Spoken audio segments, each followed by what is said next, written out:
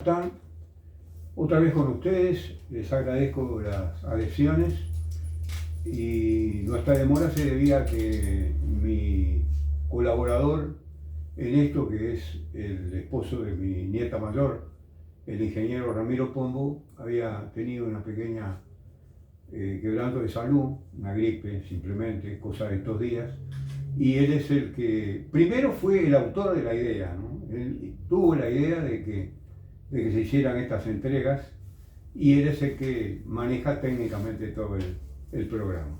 De manera que lo tenemos de vuelta con nosotros y vamos a seguir hablando de lo que nos habíamos propuesto en esta serie de entregas, que era precisamente el hablar de un derecho penal que es un derecho sin penas. Todo el mundo cree que el derecho penal, por su nombre, es una disciplina jurídica que vive nada más que para penar, para imponer sanciones, y esto no es así. Precisamente vamos a seguir con la segunda causa de justificación, que está prevista en el Código Penal uruguayo, después de la legítima defensa, que es el estado de necesidad.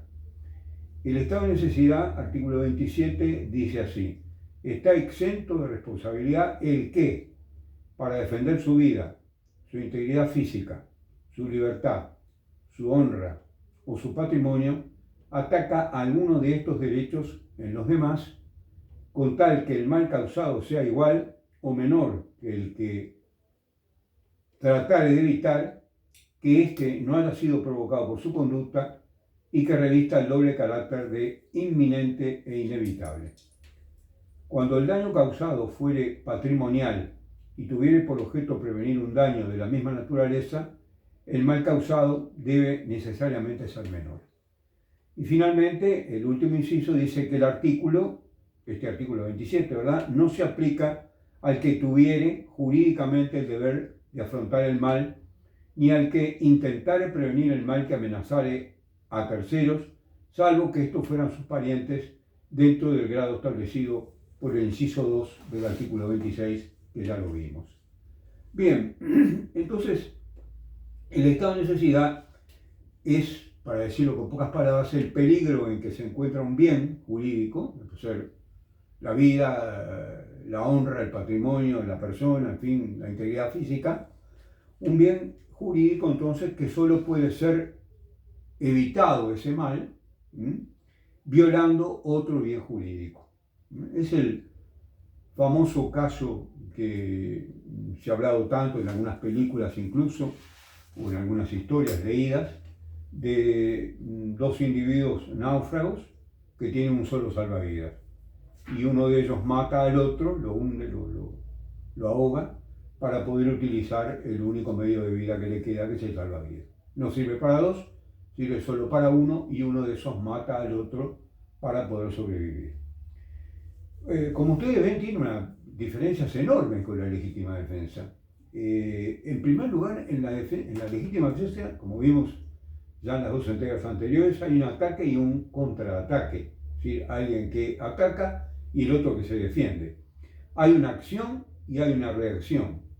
En este artículo del estado de necesidad, del artículo 27, no hay nada de eso. No hay absolutamente ni ataque ni contraataque. Es simplemente una situación en la cual se encuentran dos bienes jurídicos y por razones de lo que sea, uno de ellos prevalece sobre el otro, y entonces de esa manera, como no se puede evitar el mal a un bien jurídico, se ataca, ¿no? se lesiona otro bien jurídico.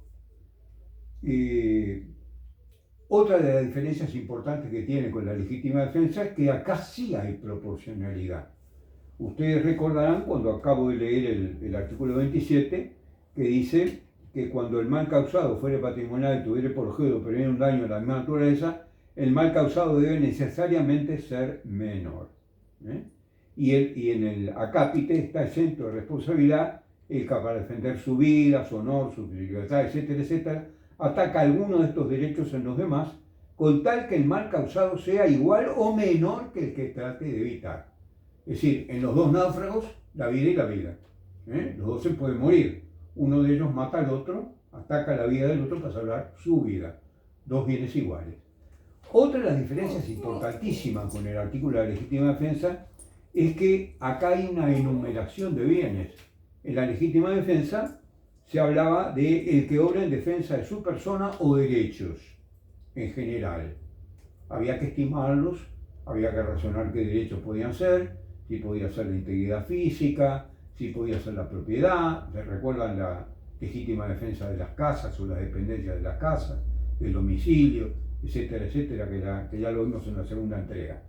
Aquí no, aquí se enumeran exactamente los bienes que pueden ser atacados. ¿Por qué? Porque además este artículo fue sacado de otro código. Ustedes recuerdan que la legítima defensa fue sacado del Código Español y el estado de necesidad fue sacado, como todas las otras causas de justificación, del Código Italiano. Y aquí en el Código Italiano también se enumera la vida, la integridad física, la libertad, el honor, el patrimonio, o sea que hace una enumeración completa y exhaustiva y enumerativa de cada uno de los bienes que se pueden defender con el estado de necesidad.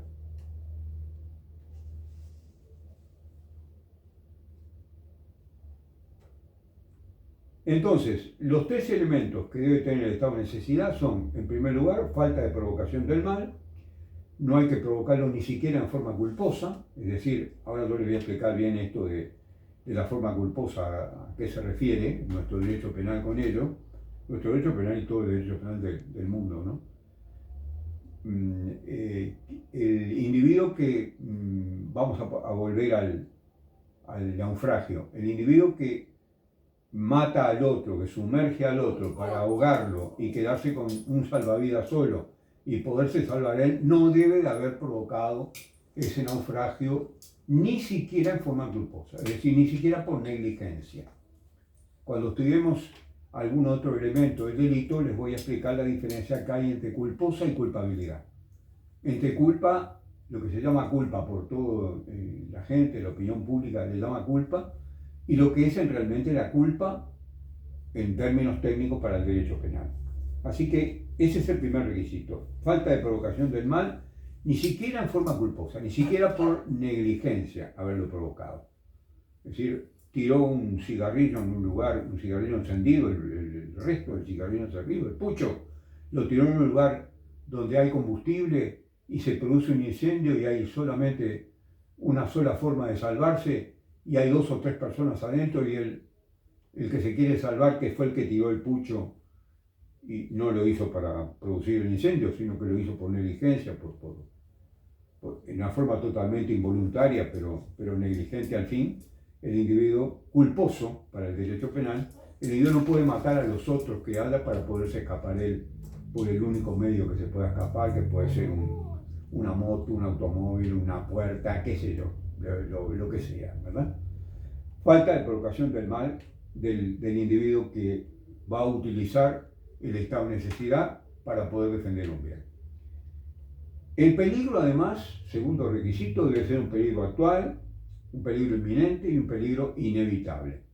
No un peligro ocurrido hace tiempo o que el incendio se viene produciendo hace tiempo. No, debe ser lo que el individuo sufre como peligro para uno de sus bienes, debe ser actual, inminente, inevitable. No hay una forma que lo pueda evitar si no es de esa manera que el código permite que de esa forma el individuo pueda salir exculpado de todo lo que tiene que ver con el derecho penal. Y después ustedes vieron que debe haber proporción entre los males.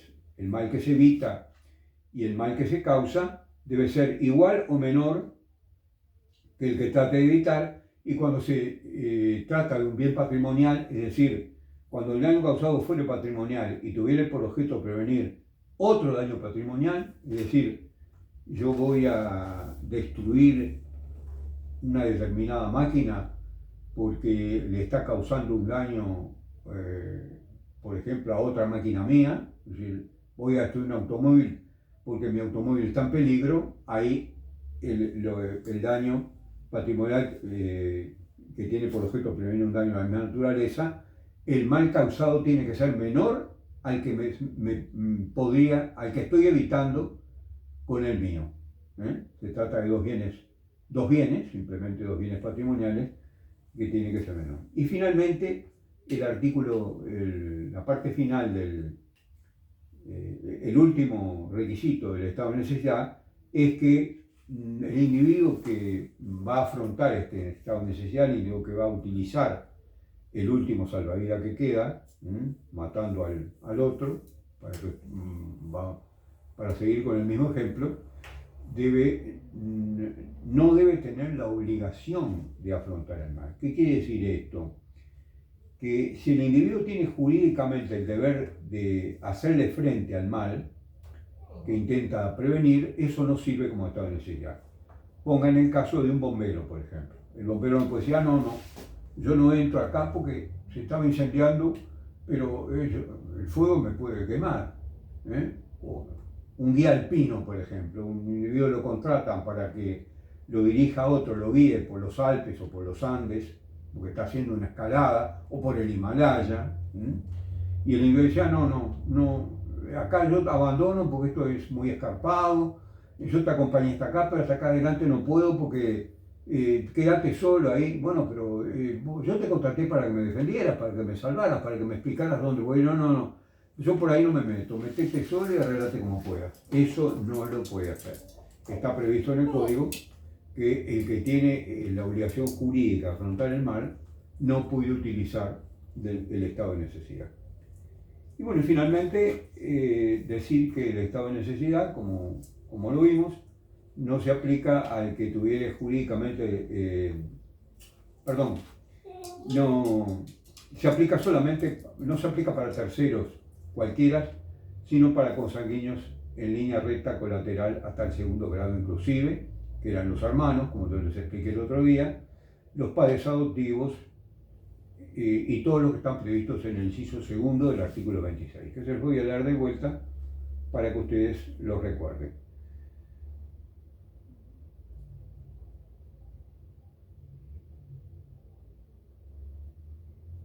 Segundo grado inclusive colateral, consanguíneos en toda la línea recta, tanto para arriba como para abajo, ascendiente o descendiente, cónyuge, padres o hijos naturales, reconocidos o adoptivos. O sea que esos son los únicos terceros que se pueden ayudar a través del estado de necesidad. El estado de necesidad para terceros, es decir, yo mato a uno para que se pueda salvar, tiene que ser uno de estos parientes. Si es un tercero cualquiera, no sirve. Otra de las grandes diferencias con la legítima defensa. Bueno, y con esto dejamos la segunda causa de justificación, y en la próxima entrega, si ustedes me acompañan, seguimos hablando de la última causa de justificación, que es el cumplimiento de la ley. Muchas gracias y hasta pronto.